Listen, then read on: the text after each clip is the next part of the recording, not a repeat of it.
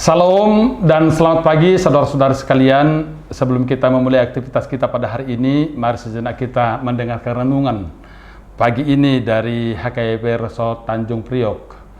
Mari kita angkat pujian dari Kidung Jemaat nomor 2, Suci, Suci, Suci.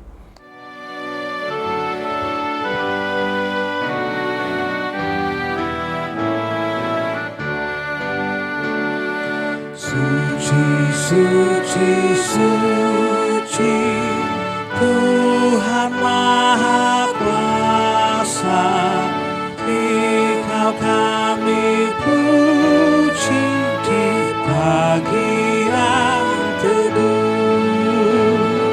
Suci, suci, suci, murah dan perkasa,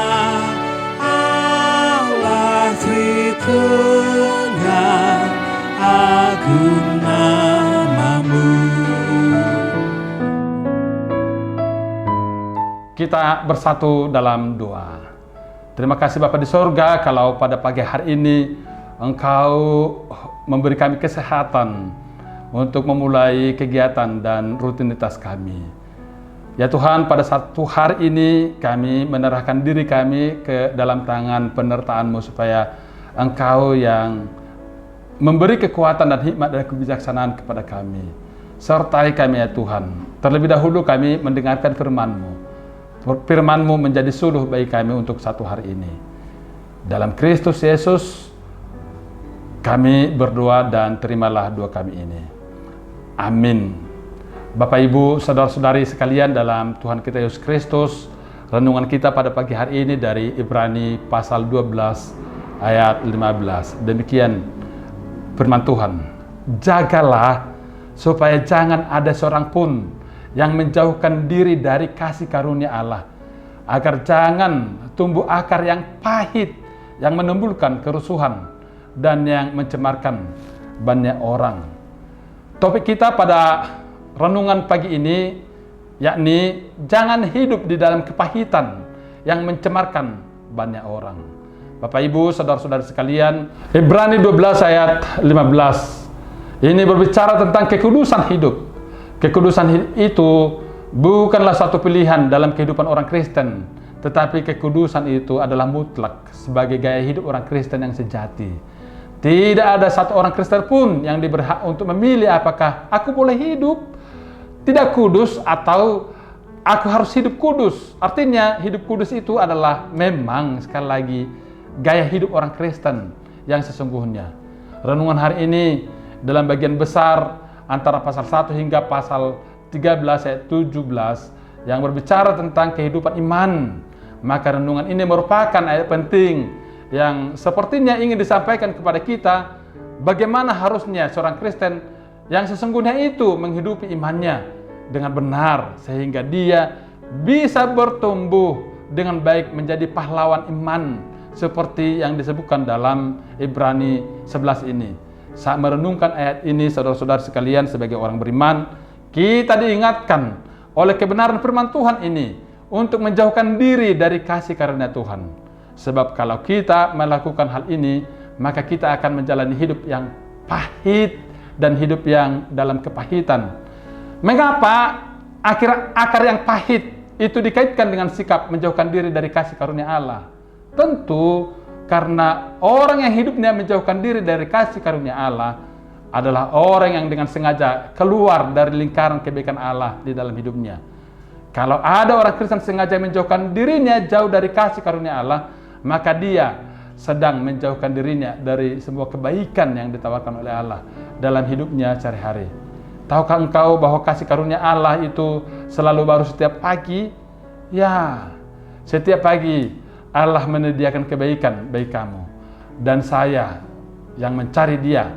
Orang yang menjauhkan diri dari kasih karunia Allah adalah orang yang sengaja tidak mau menerima kebaikan, kemurahan Allah di dalam hidupnya.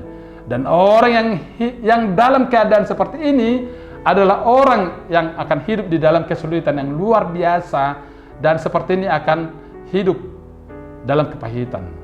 Akan hidup di dalam situasi yang tidak mudah. Di dalam kehidupan tidak gampang. Ada banyak hal yang kita harus hadapi. Masalah dan persoalan yang begitu sulit. Situasi yang pahit di dalam kehidupan kita bisa menjadi hal yang terus-menerus muncul dan datang.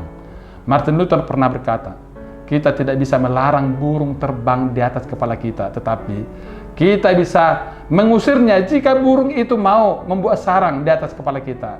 Artinya, memang kita tidak bisa mengusir peristiwa, pengalaman-pengalaman yang buruk dalam hidup kita.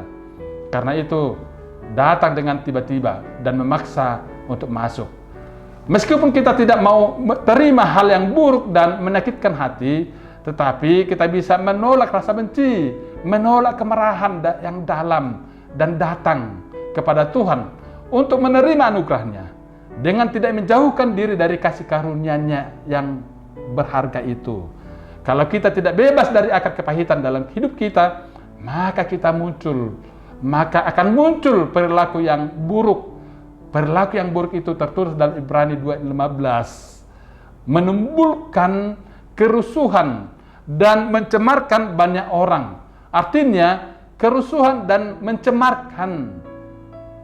Ini memperingatkan kita akan adanya bahaya yang muncul dalam hidup setiap orang. Jika sebagai orang Kristen, kita membiarkan diri hidup dalam suatu kondisi yang terus digerogoti oleh kepahitan, maka kerusuhan sama dengan artinya mendusahkan. Orang yang hatinya pahit, orang yang hidupnya di dalam kepahitan adalah orang yang hidupnya mendusahkan banyak orang. Orang Kristen yang hidupnya penuh dengan kepahitan akan mempersulit orang banyak. Orang Kristen yang hidupnya menyimpan akar kepahitan akan cenderung menjadi pengganggu yang dalam istilahnya troublemaker, atau lebih tepat dalam istilah Batak, si bahen hagu turun di dalam kehidupan bersama dengan orang lain. Orang Kristen yang hidupnya di dalam kepahitan akan membuat banyak orang sulit untuk mengerti apa sih yang dia mau, apa sih yang dia inginkan. Sulit memahami orang seperti ini. Kata mencemarkan artinya menajiskan. Orang Kristen hidupnya menyimpan kepahitan adalah hidupnya ada akar pahit. Selain mendusahkan banyak orang, dia akan membuat orang lain yang harusnya tidak berdosa menjadi pendosa. Dengan caranya, dia bisa menjadikan orang yang seharusnya tidak berdosa menjadi berdosa. Ya, ada tindakan-tindakan yang provokatif lewat ucapan, sikap, lewat apapun. Kadang-kadang itu terlalu provokatif sehingga pertengkaran dan perselisihan muncul dalam kehidupan banyak orang. Orang lain yang seharusnya tidak menjadi jahat akhirnya menjadi jahat ketika di dekatnya hadir orang yang hidupnya menyimpan akar kepahitan.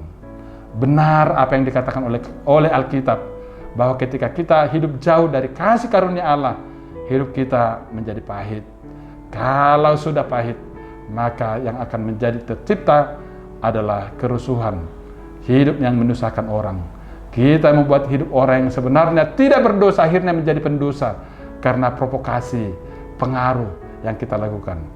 Akar kepahitan dalam hidup kita adalah suatu yang tajam, yang di dalamnya ada begitu banyak rasa benci, iri hati, macam-macam hal yang negatif. Sumber air tawar akan mengeluarkan air tawar. Sumber air asin akan mengeluarkan air asin. Kita benci dengan orang lain, tetapi tidak benar kalau ada orang berbuat sedikit saja kesalahan, kemarahan kita sudah tidak proporsional. Semua hal ini ialah bagian yang sungguh merusak dalam kehidupan orang Kristen. Kita tidak akan bisa bertumbuh dengan baik kalau hidup kita ada dalam kepahitan. Kita tidak boleh berhenti sampai di situ. Kita semua pasti pernah punya pengalaman buruk. Siapapun tidak mau hidup menjadi pahit. Jangan menjauh dari Tuhan. Mintalah Tuhan kekuatan daripadanya, mengampuni, kekuatan untuk menerima, meminta kekuatan untuk menghormati apapun. Itu disediakan tiap hari kepada kita, dan Tuhan mau kita bertumbuh dalam kepahitan. Artinya, sama seperti Amsal 4 ayat 23, jagalah hatimu dengan segala kewaspadaan. karena dari situlah terpancar kehidupan. Jagalah hatimu. Guard your affection, your feeling of your love and your desire. Artinya supaya siapapun jangan menjauhkan diri dan menolak segala sesuatu yang baik dari Tuhan. Mari katakan kepada diri masing-masing, aku tidak mau hidup dalam kepahitan. Keburukan boleh datang kepadaku, tetapi aku tidak mau berhenti di situ, karena aku mempunyai Tuhan Allah yang sangat baik. Ada kebaikan Tuhan di dalam hidup ini yang harus aku pegang erat-erat. Kalau aku tidak bisa mengampuni, aku harus minta kepada Tuhan kekuatan untuk bisa mengampuni.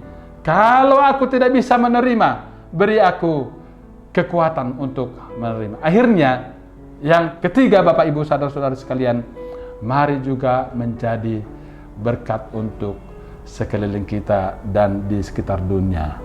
Tidak menjadi rusuh, tidak menjadi provokator, bahkan menjadi agitator, menjadi perusak, tidak menjadi pencemar bagi banyak orang.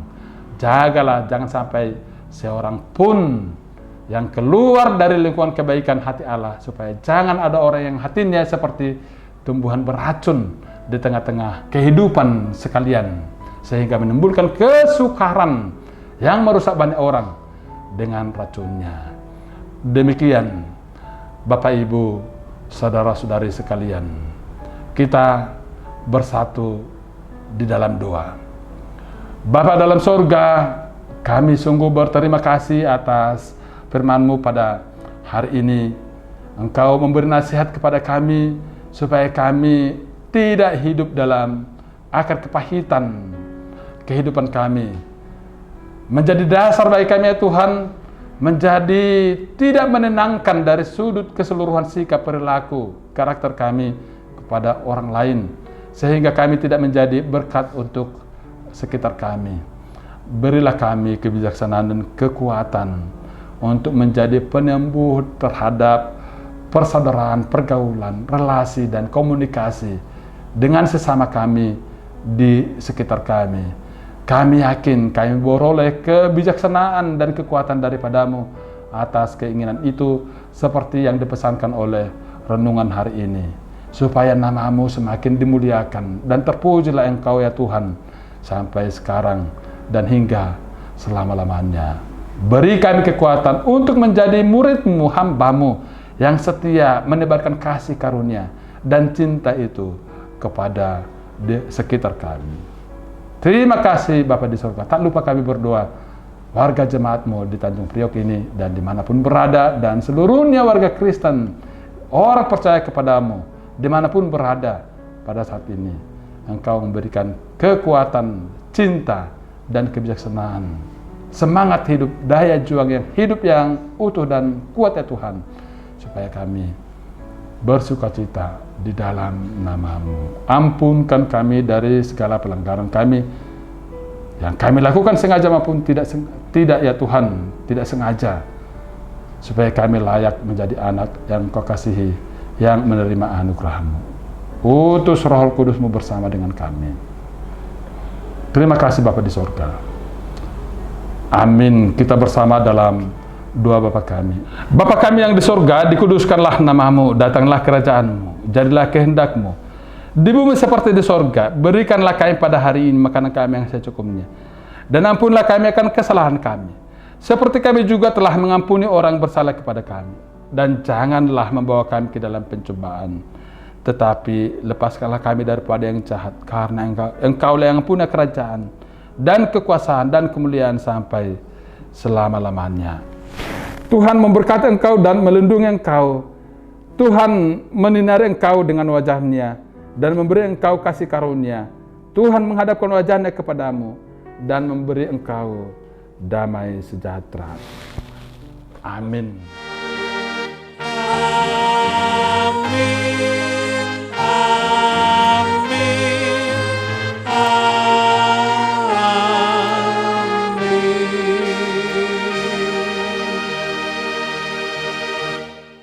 Bapak Ibu, saudara-saudari sekalian, tetaplah semangat, tetaplah pancarkan kuasa hikmat iman orang Kristen tetap bertekun di dalam doa.